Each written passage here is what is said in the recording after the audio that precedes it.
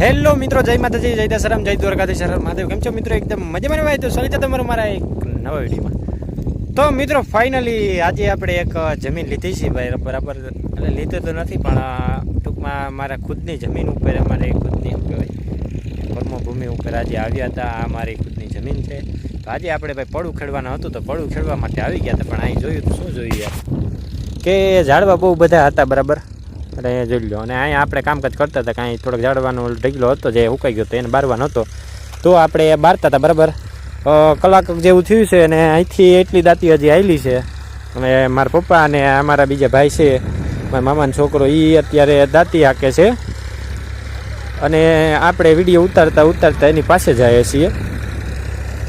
મિત્રો આમાં કડવા ઝાડવા ક્યાંથી આવ્યા કંઈ સમજાતું નથી, જોઈ લો. એને તૈલવા આવ્યા હોય ને એ રીતના ઝાડવા ઉઈ ગયા છે. આ રીતના દાંતી હાલે છે. આપણે ટ્રેક્ટર તો ઘરનું જ છે એટલે વાંધો નથી, બરાબર. હવે થોડાક સુધી હાંકવાનું છે, કલાક જેવું છે એટલે દાંતી હાલી જાય. દાંતી હાલી ગયા પછી આપણે હરાપ મારવાની છે. તો આવી કંઈક અમારી વાડી હતી. હવે અત્યાર સુધી અમે નહોતા વાવતા, હવે ઓણથી અમારે વાવવાની છે.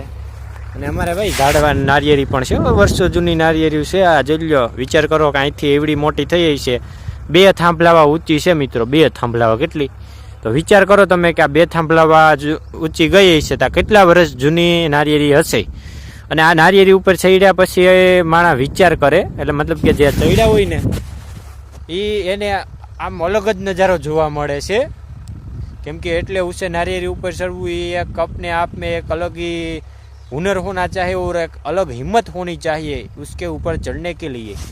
और बाकी तो हमारे यहाँ सामने ही डैम दिखता है, कारेश्वर का डैम कहलाता है. ये देखो, ये आपको झाका झाका दिख रहा होगा, पर ये हमारे यहाँ का डैम है, जिसमें हमारे जो खेडूत भाई लोग है उसकी ज़मीन डैम में आती है तो वो चौमाहे में डूब जाती है.